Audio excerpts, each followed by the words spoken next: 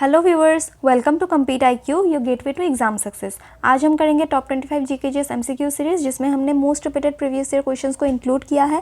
And since history, polity, geography change नहीं होने वाला, सो सभी गवर्नमेंट एग्जाम जिनमें GK आता है उसमें ये आपको हेल्प करेगा, B it SSC, banking, railway, group D, state exams, IBSE IO, CSIR, CDS, SSC GD, Delhi police, FCI etc. So let's begin. Which of the following is an example of autotroph. देखिए autotroph क्या होते हैं। Autotroph अपना खाना खुद बना सकते हैं, that is they are not dependent on other organisms for food.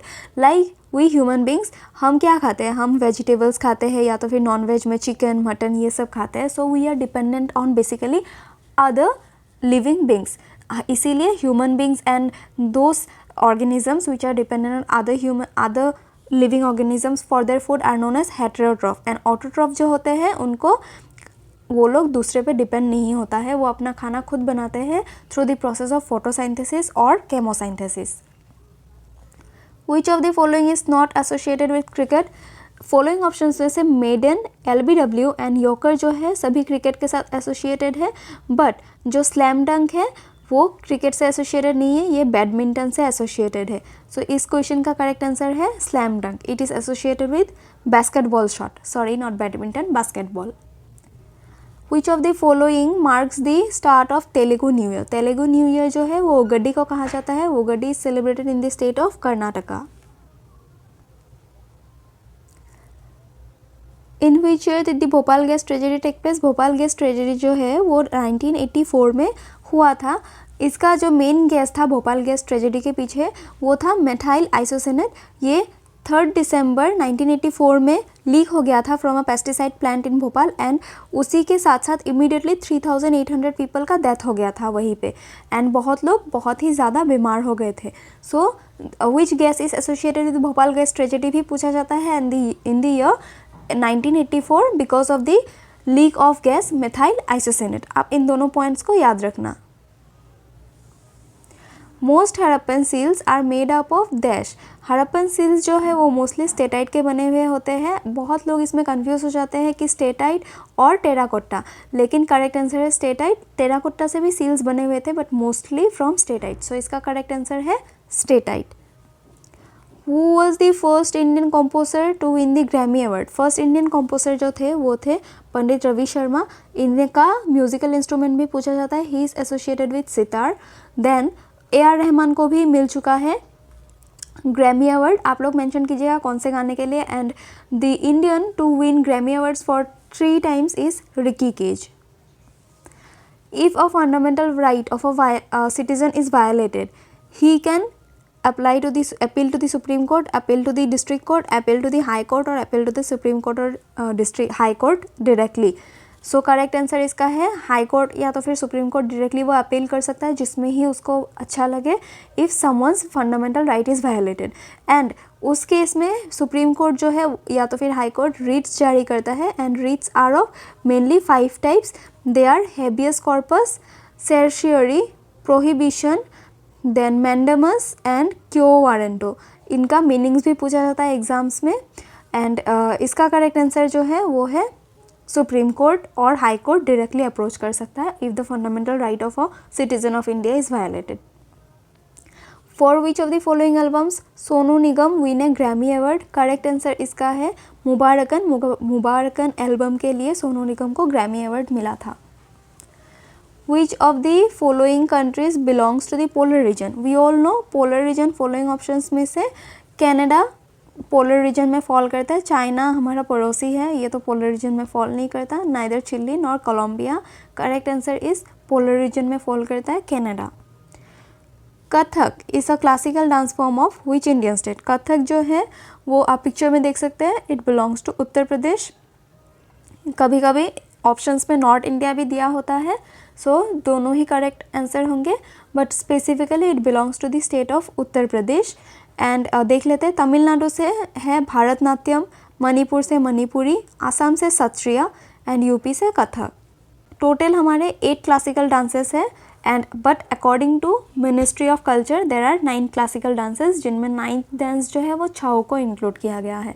And आप लोग कमेंट बॉक्स में 8 classical dances and the states mention कीजिएगा। Which of the following measures of money supply is least liquid of all? यहाँ पे देखिए ध्यान देने का बात है, least liquid पूछा है. least liquid जो है following options में से M4 है एंड सबसे ज़्यादा लिक्विड जो है वो है M1. इसमें से M1 एंड M2 को नैरो मनी भी कहा जाता है एंड M4 एंड M2 को बोला जाता है broad money. So correct answer इसका है least liquid M4 and most liquid M1. Damon Galgut जो है उसको बुकर प्राइज़ मिला था in the year 2021 for his book. तो डेमन गैलगट का जो बुक है वो है द प्रॉमिस एंड 2023 में जो बुकर प्राइज़ मिला है वो मिला है पॉल लिंच को फॉर हिज बुक और नॉवल प्रॉफिट सॉन्ग. ये बुकर प्राइज़ जो है ये यूके या तो फिर आयरलैंड के में पब्लिश किया इंग्लिश लैंग्वेज के नॉवल को मिलता है. इस बार मिला है Paul lynch of profit song and 2021 में मिला था डेमन गैलगट को for his book the promise.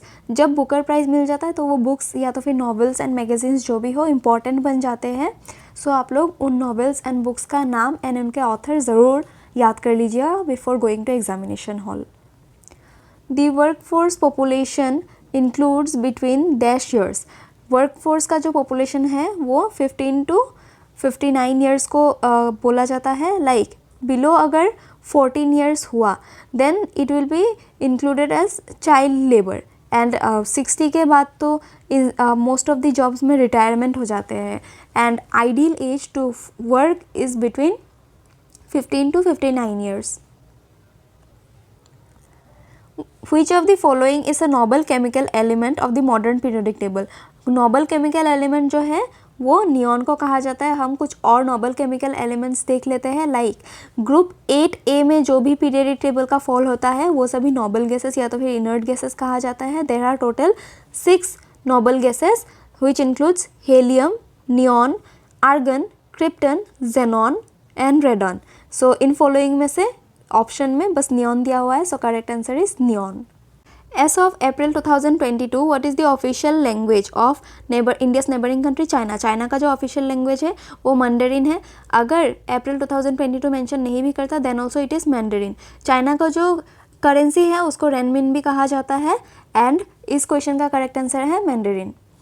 In which year through the Indian official secrets act the freedom of press curve. Indian official secrets act जो है वो 1904 में पास किया गया था. इस एक्ट के थ्रू फ्रीडम ऑफ प्रेस को कर्ब कर दिया गया था, दैट इज़ खारिज कर दिया गया था. Then what was the capital of the Satavahana dynasty. Satavahana dynasty का जो कैपिटल था वो था प्रतिष्ठाना. सातवाहना डायनेस्टी के 2 कैपिटल्स हुआ करते थे. One was Amaravati which falls in present day Andhra Pradesh and other was Pratishthana, it falls in Maharashtra. Satavahana dynasty के जो फाउंडर थे वो थे सिमुका एंड बहुत जो सातवाहना डायनेस्टी के ग्रेटेस्ट किंग थे वो थे Gautamiputra Satakarni. Which fundamental right provided in the Indian Constitution prohibits traffic in human beings and forced labor? Forced labor in human beings and trafficking, human trafficking, right against exploitation के under prohibit किया जाता है. This rights fall under article 23 and 24, जिसमें से 24 specifically children के right को protect किया जाता है, दैट इज़ चाइल्ड लेबर को प्रोटेक्ट किया जाता है. तो कौन सा आर्टिकल चाइल्ड लेबर के साथ एसोसिएटेड है? Then it will be article 24. ये भी एग्जाम से पूछा जाता है. इस क्वेश्चन का करेक्ट आंसर है right against exploitation. So with this we conclude our session here. Hope आप लोगों को वीडियो पसंद आया होगा एंड कोई भी इम्प्रूवमेंट चाहिए होगा then please do comment. And आपको कोई भी दूसरे टॉपिक्स पे अगर वीडियोस चाहिए, लेक्चर चाहिए देन वो भी कमेंट में मेंशन करना. Thank you.